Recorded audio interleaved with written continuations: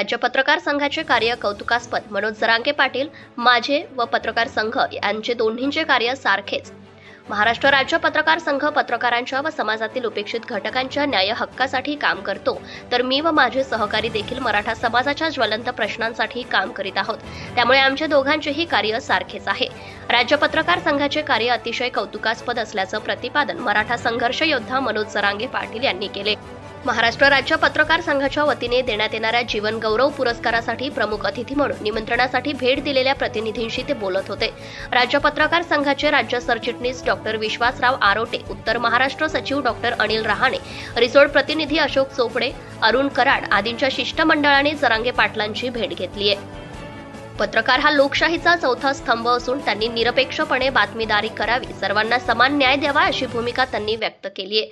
पत्रकार संघ पत्रकारांचा व त्यांच्या प्रश्नांचा विचार करतो, तर आपण मराठा समाजाच्या हिताचा विचार करतो असेही ते पुढे म्हणाले. राज्य सरचिटणीस डॉक्टर आरोटे यांनी यावेळी पत्रकार संघाची दीक्षाभूमी ते मंत्रालय मुंबई, पत्रकार संवाद यात्रा, विद्यार्थी गुणगौरव सोहळा, विविध क्षेत्रातील उल्लेखनीय कामांबद्दलचे पुरस्कार, पत्रकार विमा कवच आदी विषयांवर चर्चा केली.